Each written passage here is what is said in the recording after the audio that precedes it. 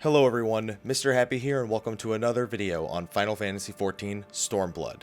In the last video, we discussed the potential identity of the female fighter in this video.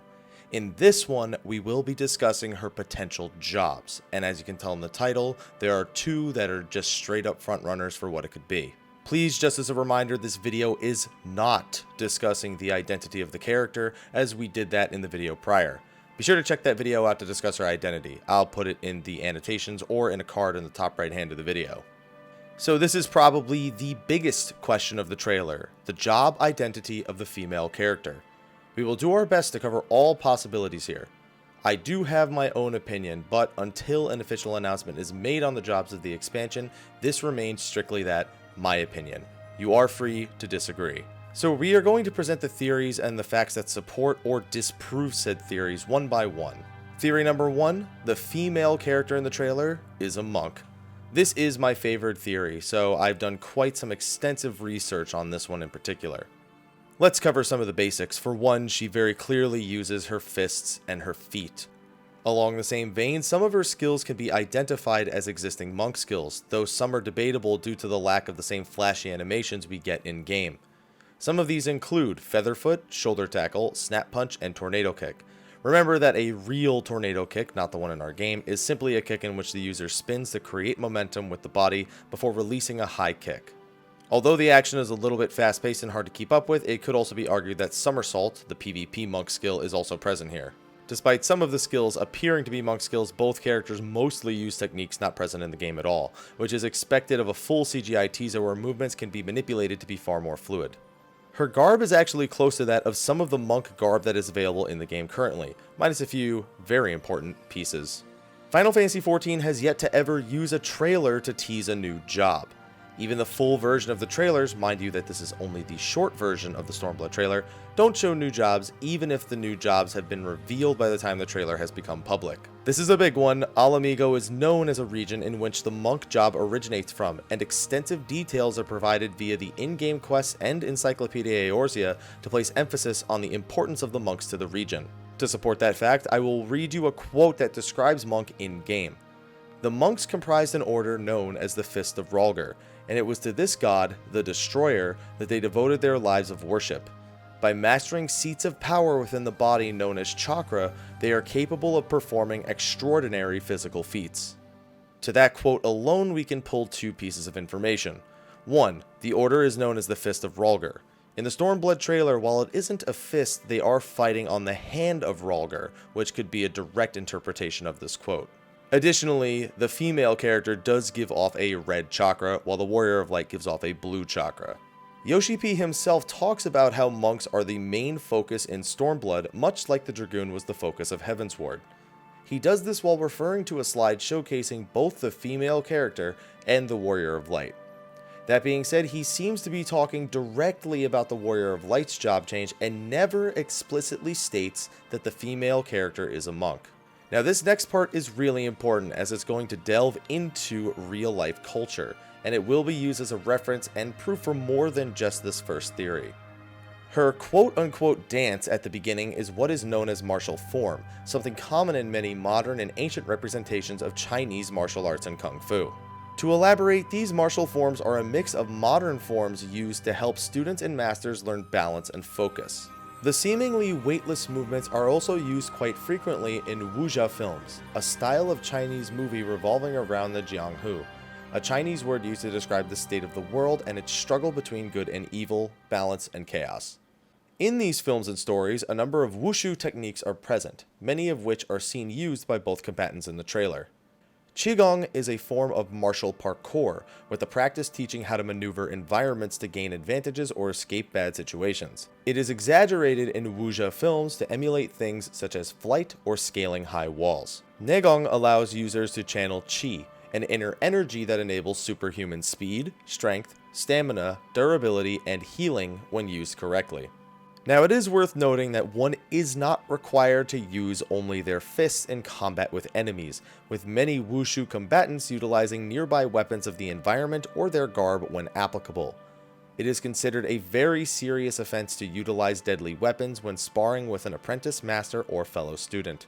Another important aspect of these skills is that while they are often learned over years of study, they can be transferred from master to student by channeling their inner energy into them.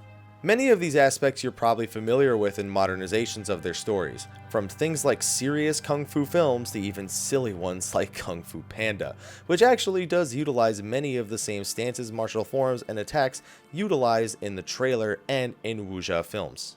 Now I know that was a lot of information and it's gonna matter for this part coming up as well, so if you'd like to keep up to speed, be sure to check the description of the video for a document that was provided by a viewer known as Chaotic Dark Fae. They are actually the one who compiled all this information for me with the sources, so be sure to give them some love. Now, most of the above details do much to help our second theory as well, while it also provides its own few facts to make things interesting. With theory number 1 out of the way then, let's move on to theory number 2. The character in the trailer is a dancer. This was a lot of people's first reaction to the trailer, and trust me, I heard people shouting it around me while I was going like, that's a monk. While a lot of evidence is stacked against the dancer, it is not out of the realm of possibility. For one, dancer is a job in the Final Fantasy series. It's not like it's something that's completely new and uncommon. The female character in the trailer does attack with the sleeves of her garb alongside of her punches and kicks. Speaking of what the female protagonist is wearing in the trailer, it does slightly resemble the dancer armor of the dancer trainer in Final Fantasy XI. There are some clear differences here, but I can't rule it out. Another commonly stated fact is that the character has a gauntlet on one arm, which has a retractable blade. Now, while this is not necessarily visible in the trailer, you can see it in all of the artwork for Stormblood, where it is very clearly extended. Next up is that her aura is red, while the Warrior of Lights is blue. Not a very compelling thing, but it is a difference. Going back to where we were talking about wuxia films, the character's martial form we just discussed could also be considered a type of dance. In fact, in many cases, martial arts in performing its many stances and forms is considered to be a type of war dance, a way to prepare for a coming battle, or to practice before sparring. Going back to the facts we stated about the wuxia films earlier, I did note that wushu fighting styles do include weapons that aren't just your fists and your feet.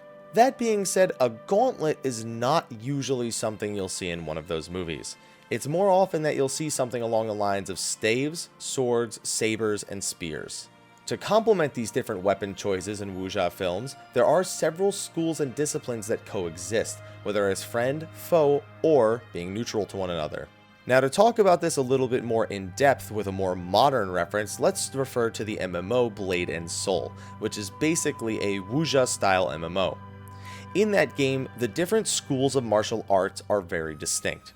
There is the martial art of Kung Fu masters, which use their martial prowess to perform punches, kicks, grapples, and counters.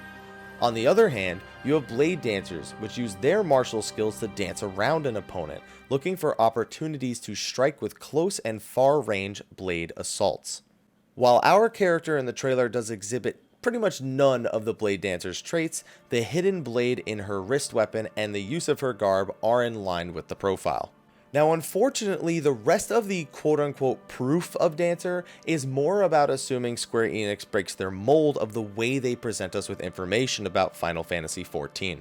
Final Fantasy XIV generally holds all the cards with job and information reveals, usually poking fun at our morbid curiosity.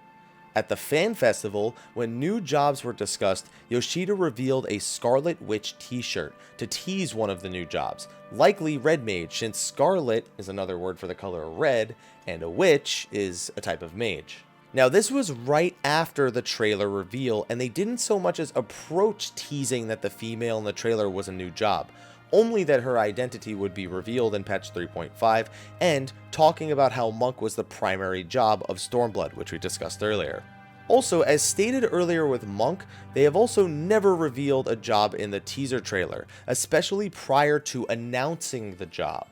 Ninja was teased prior to the launch of A Realm Reborn, and more directly teased in patch 2.2.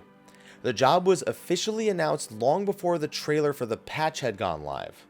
Of course, one of the biggest things was talking about that bladed gauntlet that she uses, but that doesn't automatically tease a new job at all to begin with. It's not uncommon for NPCs in Final Fantasy XIV that are important to the story to develop their own techniques or learn new techniques and mix them with their current specialties. This is shown quite frequently, especially with the Scions of the Seventh Dawn, with Y'shtola being a conjurer or white mage who knows astrologian skills. Papalymo is able to channel energy into Ida to allow her to use an AoE Limit Break 3. Also, if you watch Ida's fight with Livia or Thancred fight ever, you'll notice that they have the ability to leap great distances and heights, and also, probably one of the most common ones that's complained about, several Arcanists in the story are capable of summoning carbuncles other than the ones that we can use. It's not unreasonable that she is a monk using a specialized gauntlet when she is facing war.